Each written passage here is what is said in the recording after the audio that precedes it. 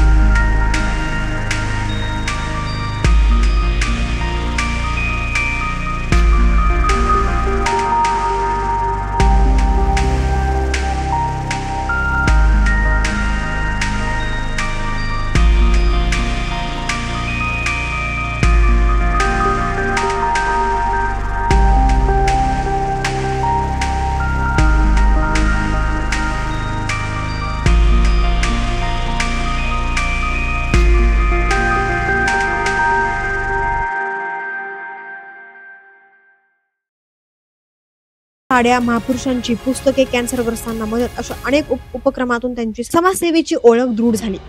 2025 मध्ये सामाजिक कार्य आणि युवकांसाठी लढवय्या नेतृत्व पाहून पुण्यातील स्वराज्य रक्षक संस्थेने त्यांना अहिल्यानगर जिल्हाध्यक्षपद दिले.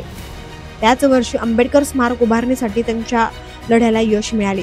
अनावरणाच्या दिवशी हजारो लोकांना भोजनाची व्यवस्था केली आणि कार्यक्रमानंतर स्वतः रस्त्यावर उतरून कचरा साफ करून त्यांनी आपली जमिनीशी नाळ जोडलेली आहे हे दाखवून दिले. आजही अभिजित भिंगारदिवे हे तरुणातील एक प्रेरणादायी नाव म्हणून ओळखले जाते. त्यांचे नेतृत्व हे उपक्रमशील, लढवय्या आणि लोकांशी थेट संवाद साधणारे मानले जाते. वॉर्ड क्रमांक 13 म्हणून उमेदवारीसाठी इच्छुक असलेले अभिजित मिलिंद भिंगारदिवे त्यांचा समाजसेवेचा प्रवास, कार्यतत्परता आणि नेतृत्व शैली यामुळे हे निवडणूक अधिक रंगतदार होण्याची चर्चा सर्वत्र रंगत आहे. संग्राम भैया फाउंडेशन, लंकापती प्रतिष्ठान आणि स्थानिक मित्र मंडळाच्या माध्यमातून केलेल्या कामाचा ठसा पाहता अभिजित भिंगारदिवे यांना मतदाराचा चांगला पाठिंबा मिळू शकतो असं चित्र आहे.